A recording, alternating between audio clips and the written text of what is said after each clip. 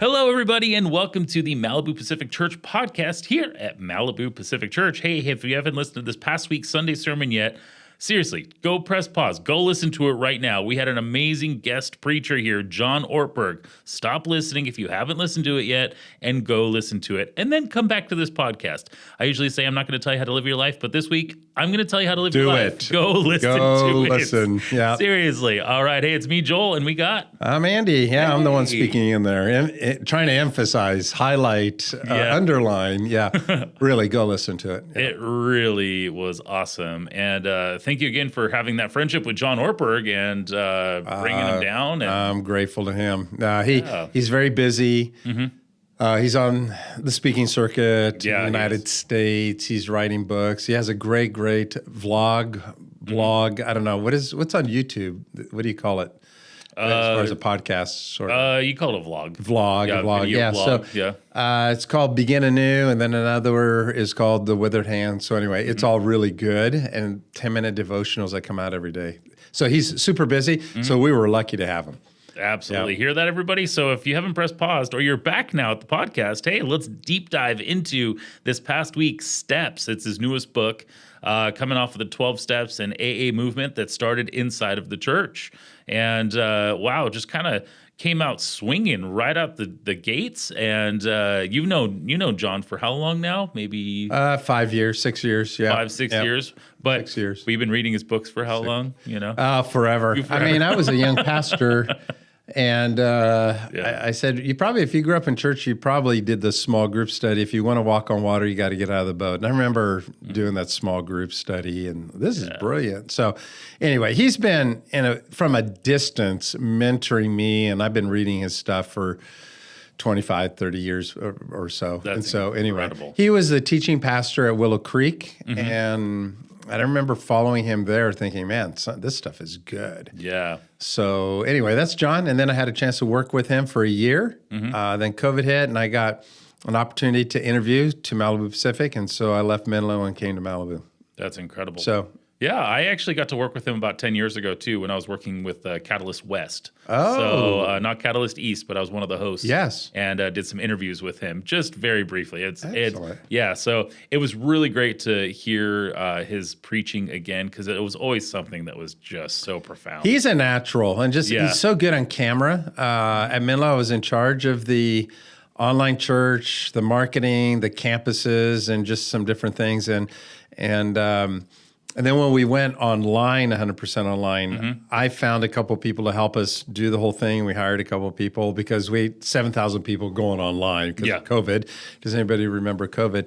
And couple people, video people I hired, I said, well, what do you think? And how can we make it better? And the angles and shots and so forth, which Joel is very good at. They're like, man, this guy is soft on the eyes, meaning he's good. He speaks into the camera really well.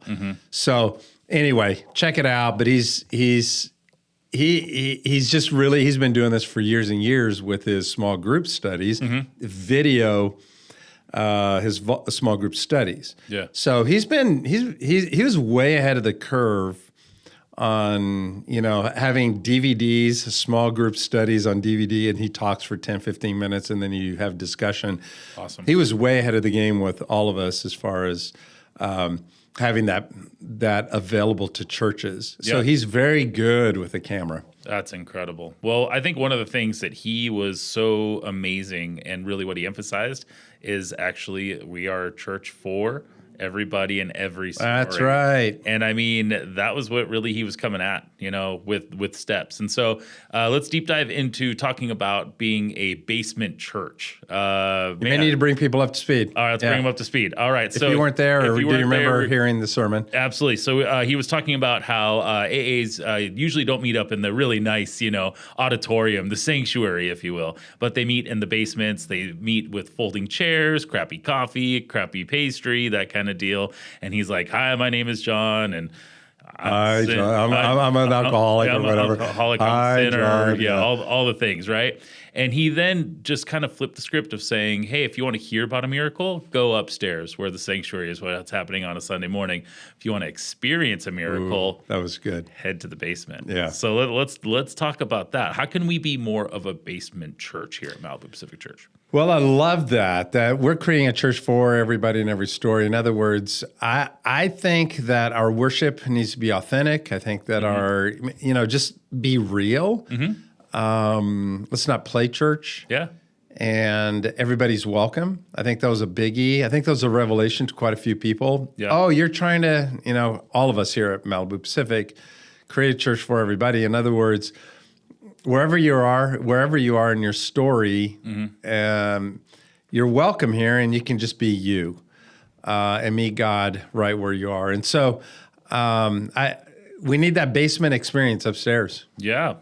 Absolutely. So how do we bring that basement to upstairs when maybe some of us feel like we need to look polished, feel polished, or how do we not just talk about the miracle but experience it? Well, I had some members say, "Oh, I go to AA. You want that AA experience at our church?" I said, "Yeah, that's what we're talking about." Because Jesus spent more time hanging out with the non-religious, the sinners, the tax collectors, the prostitutes, and the outsiders than he ever did. He actually was very judgmental of the Pharisees, the religious people. So if this is the body of Christ, we should be actually doing that as well, meaning doing exactly what Jesus was doing, which he said, John Orberg said, that the AA came out of the church and the church needs AA back. Yes. That was a big aha moment, and the crowd and the audience was like, ooh, yeah. It was we actually need it back. And so yeah.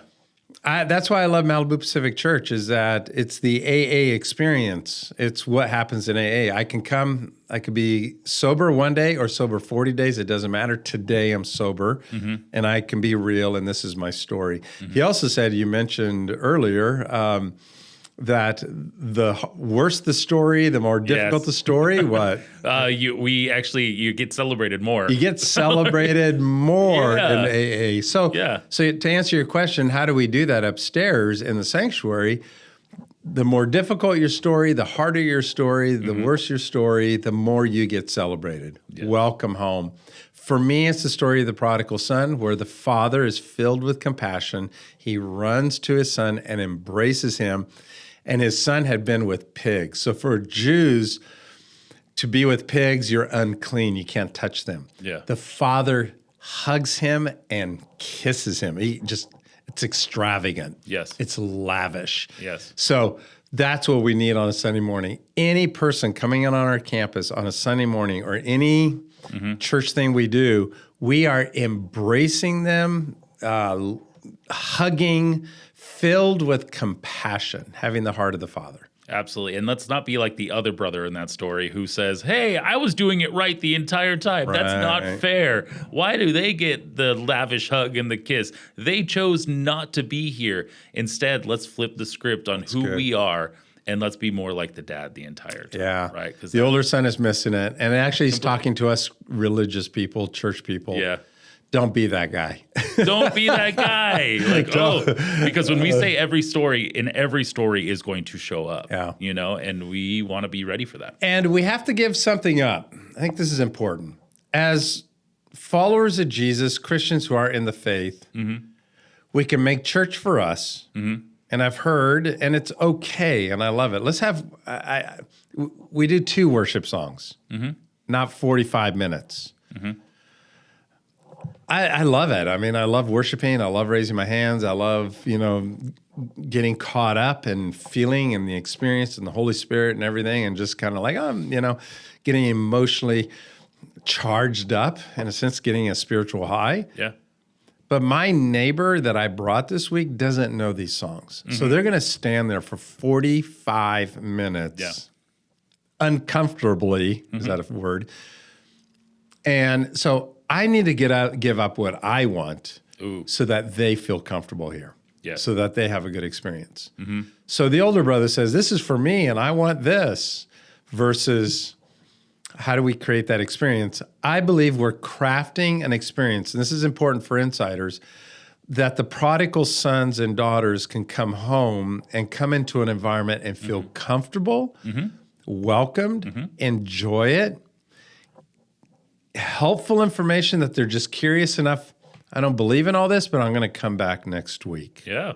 That's a win for us. Huge win. So I have to give up what I want.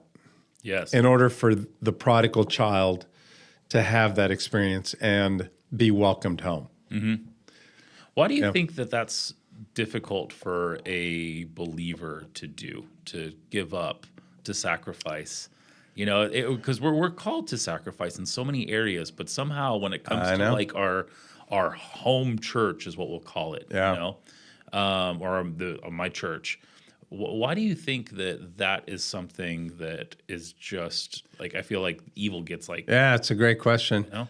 I think we haven't fully surrendered to Jesus.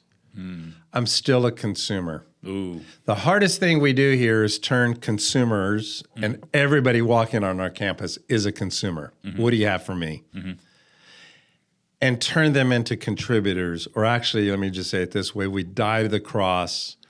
We take up our cross, deny ourselves, and follow Jesus. It's not what I want anymore. I think we still have Christians who are consumers, and that's really dangerous. completely. So I don't think they have not fully surrendered. Now that's a daily cross. Take your cross up daily. It's not so, okay, I decided I'm surrendered. I surrendered all. I surrender all. It's you wake up that morning. It's like AA one more time. Yeah. I am an alcoholic, and today, John said it in a sticky way. I can't. God can. I'll let Him. Yeah. Surrender. The third step is surrender. So anybody, if you can remember that, I can't. That's the first step. I'm not in control of my world. Yeah. God is and can. So I'm going to let Him. Yeah. That's surrender, step 3. Yeah. So I don't think church people who've been in the church a long time and have not had a full, yes, how do we bring that into the church? It's helping everybody to fully say those 3 things and fully surrendering. Yeah. One of I think another profound thing after those 3 sayings, because we did have a lot of people that actually wrote that on social media. Cool. And it was really awesome. There was probably like 5 or 6 people that put that as their like mantra for that day, and then being on campus and, you know, tagging us and things like that. Yeah. But I think it's one of those things that afterwards when he said, I can't fix my spouse, I can't fix my family. I can't fix my friends. I can't control my kids. It was one of those it hit me in the heart, because of course everybody wants to be a fixer. Everybody wants to be in control. But when you really have to just lay it down on the line and say, God, you're in control. Yeah. You know, like that is the humbling reassurance of faith. That's the humbling reassurance that God has us. And it was a profound moment, I think, for everybody that was there, saying, I can't, but I know who can. That's right. You know? And I think that is a moment that people walked away from going, okay, I'm ready to believe, you know, from people who have been believers for 100 years all the way. This was their very first church Sunday. I think everybody got on the bus in that moment. Yeah, that's right. Yeah. So finally, he said something that you were kind of saying, I guess, for 4.5 years. No, I'm just kidding. You've been saying this for 4.5 years, 5 years now, and then you get a camp speaker in here, Andy. One Sunday, and everybody's like, that's what we're trying to do here. It's the first time I've ever heard a church for everybody in every story, you know? So no, we got our money's worth out of John. Thank you, John, if you're listening. Yeah. That's why I think it's important to have other people speaking on a Sunday morning than just me. You may say the same thing, but you say it a little differently. And we have personality types. You hear things differently, or somebody says it a little differently, but the same thing. It's like, oh, I get that. And it's the same thing. But there's really 16 different personality types with the Myers-Briggs. There's 9 Enneagram. There's 34 different strengths. And so there's 9 different worship styles, not contemporary or traditional. There's actually 9 different ways of experiencing God. So, it's all good. And that's the way we all learn. Somebody else says it a little differently or from a different angle. And it's like, oh, okay, I get it. So, yeah, I had some longtime members who do go to AA, and they've been in the church and leaders in the church, but he spoke their language of bringing the basement to the upstairs. And then they said to me, I connected the dots. You're trying to bring the basement, what happens in the basement, having a real authentic church and people can come as they are. Yeah. And we actually have that experience upstairs. Yeah.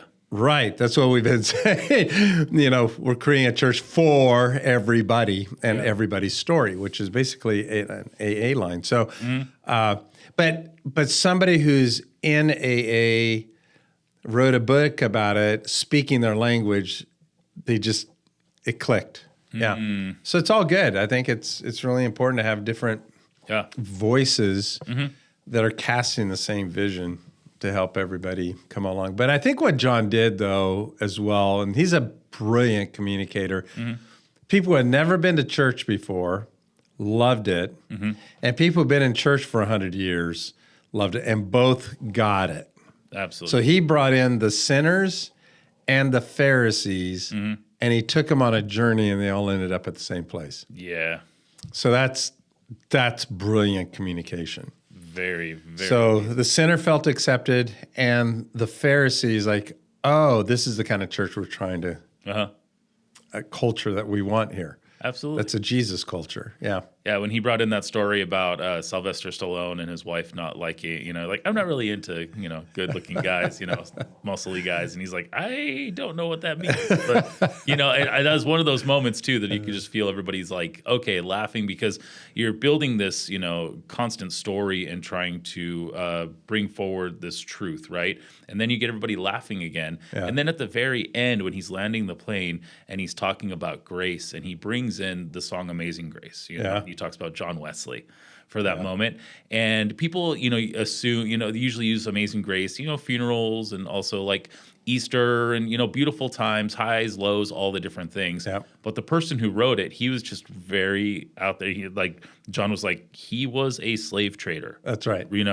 And even looking around the room and seeing people going like, looking like he did. Yeah. There's the guy. I'm a wretched sinner. Exactly. It's wretched. Saved a wretch like me. Yeah, me. I'm wretched. Yeah. And I think that was one of those moments of going, hey, this is a church for everybody in every story. And look at this. And so even that landing point was just... It's good. Brilliant. It was so good. So now you get to preach after that. How do you feel about that? No, actually, it's Stuart. Oh, Stuart. No, Stuart good luck, Stuart. Yeah, and I'm doing Thanksgiving. Oh, there we go. Okay. And let everybody know where we're going. We're talking about joy to the world. Get it? Christmas? Joy to the world. Oh, I know joy. the song. Yeah. I don't know if Joel likes Christmas. I like Christmas a lot. So anyway, that's an inside joke here, everybody. So we're talking about joy. Awesome. And unwrapping the gift brings joy. And so that's... December, but December's quick this year, everybody. Or Christmas is really 2 weeks and then Christmas Eve. We're doing Christmas Eve on Sunday night, 4 days before. Three days, 3 or 4, the 21st, so 3 days. 3 days, yeah. And then Christmas Eve, we're having Christmas Eve service. But anyway, so 2 weeks and then ChristmasEve. Here we are. Wow. When Thanksgiving, but I'm doing Thanksgiving on Thanksgiving weekend. There we go. November 30th. That's going to be happening. That's right. We're going to be wrapping up our gratitude series here. We got 2 more weeks. We have Stuart, our youth pastor, is going to be preaching this Sunday, 9:30 and 11 o'clock. And then Andy will be wrapping up the gratitude series on Thanksgiving weekend. You can watch that online and on site, 9:30 and 11 o'clock. And on top of that, we go into our Joy series for those 2 weeks, and it's going to be an amazing Christmas, and that means that it's almost Easter. So happy Easter, Andy. We're almost there, man. That's how fast it goes. Time fly. We were making Christmas jokes like just a couple weeks ago. Feels like during summer, but now it's what? It's freezing. It's 62 degrees here. I kept thinking Thanksgiving is in a couple of weeks. No, it's next week. It's next week, everybody. Next week. Wait a second. I got a ton of stuff we got to get done here. Exactly. So, well, again, thank you for listening to the podcast. Hit that subscribe button if you haven't hit that subscribe button yet. Share this podcast with somebody who needs to hear it. And also share John Ortberg's sermon with somebody, please. It is such an amazing, amazing resource. On top of that, if you haven't received your free book yet, his new book, Steps, we would love to get you a free copy of that book. We do have limited quantities, so please email me, Joel@MalibuPacific.church, and we'd love to get you that before we run out of them. them. And if you have a friend who needs one as well, we will drop ship them to them. So please let us know who needs a book. And with that said, thank you again for listening to the podcast. We have new episodes every single week. And until next time, we'll see you then. Take care.